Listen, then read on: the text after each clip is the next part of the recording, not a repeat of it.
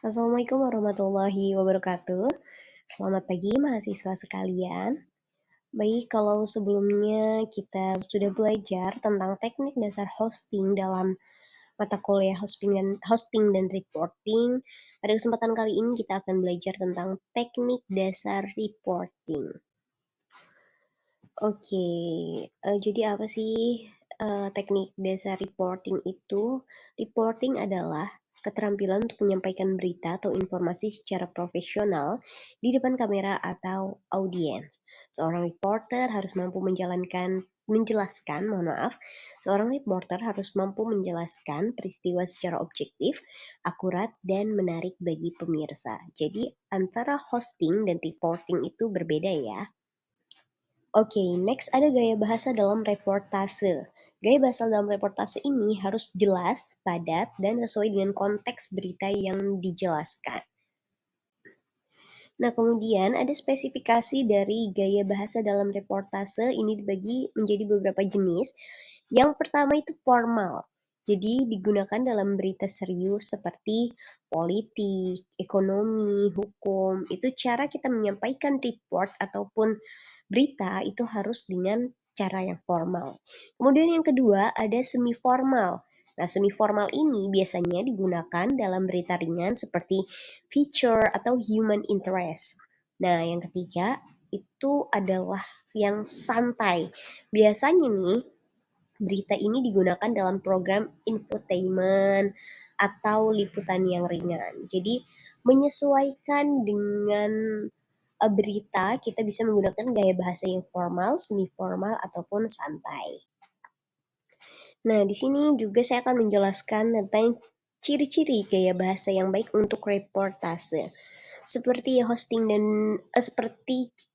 cara gaya bahasa hosting sebelumnya yang saya jelaskan, bahwasanya kita harus menggunakan bahasa yang jelas dan mudah dipahami, kemudian menggunakan kalimat yang aktif dan langsung ke inti berita. Jadi nggak usah yang bertele-tele, basa-basi, lain sebagainya. Jadi langsung aja ke inti berita.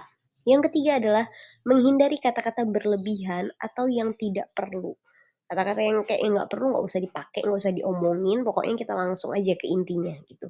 Dan yang terakhir adalah menggunakan intonasi yang sesuai dengan konteks berita. Nah, sebelumnya kita sudah belajar ya tentang cara mengatur artikulasi maupun intonasi. Kemudian ada improvisasi dalam reportase. Nah, teman-teman mungkin masih bingung ya, apa sih improvisasi itu? Jadi, improvisasi ini sangat dibutuhkan kita sebagai host, MC, ataupun reportase. Nah, karena improvisasi ini adalah kemampuan menyesuaikan penyampaian berita secara spontan tanpa mengabaikan akurasi dan objektivitas. Jadi ketika kita menjadi host, MC, ataupun reporter, itu kita harus pintar-pintar improvisasi.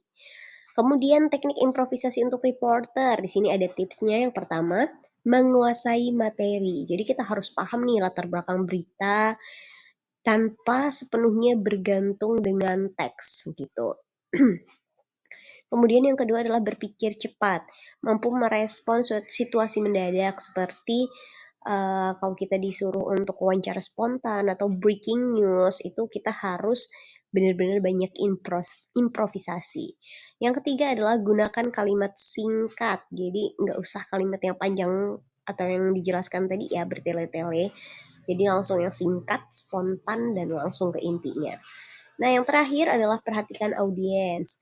Menyesuaikan cara bicara dengan jenis pemirsa yang dituju. Misal tujuan kita adalah anak-anak Gen Z, jadi kita nggak bisa pakai bahasa-bahasa yang formal. Tapi kalau fokus kita ke Gen Boomer, itu kita harus menggunakan bahasa yang baku mungkin gitu.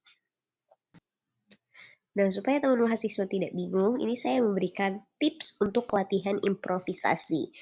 Yang pertama, jangan lupa apapun tugas kita menjadi hosting, reporter, maupun juga MC, kita tuh harus tetap simulasi. Nah, di sini poin pertama, simulasi liputan langsung tanpa skrip.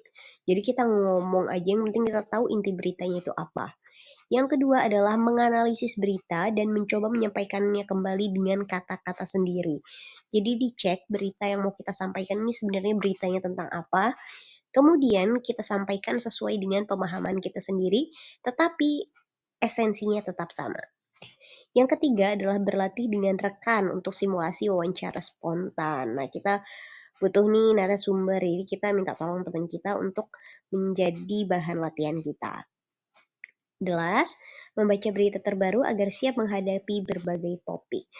Untuk kita anak komunikasi, saya selalu menyampaikan di kelas bahwasannya jangan sampai kita ketinggalan berita. Berita tentang apapun kita sebagai anak komunikasi harus up to date.